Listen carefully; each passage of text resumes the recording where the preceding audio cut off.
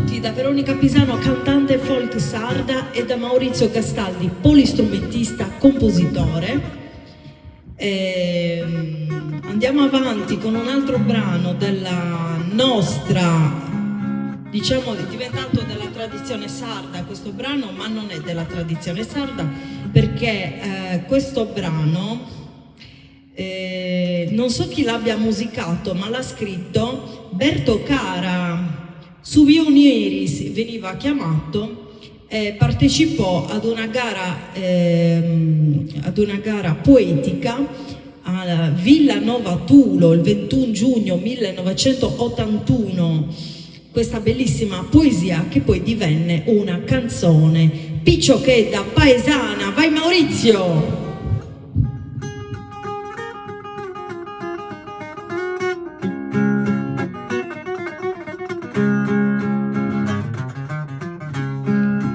Picciochedda paesana, tutto vivi ne cazzosa, moschita da buritana, connetta svaporosa, tutto bene liquidia, con sa cara che è una rosa, quando pensi sa miria già, chi tendi se sdengosa, moschita dovanda vatto di marose castiendi, passo passo che un gatto su mostaggio sta guzzenti, piccio che da barra attenta mira e non ti poni in gioco, si musconi sega denta dui da brucia con su fuoco.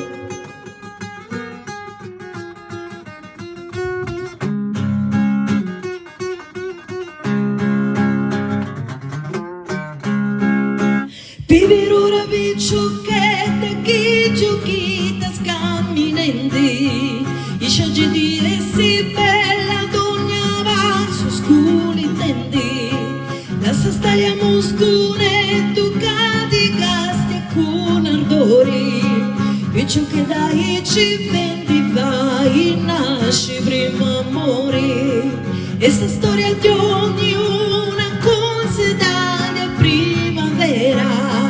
Non tocca colpa sa luna d'usci che frontiera, questo fatto naturale podo tu sa gioventù, picciochetta senza male pura loga sa virtuti.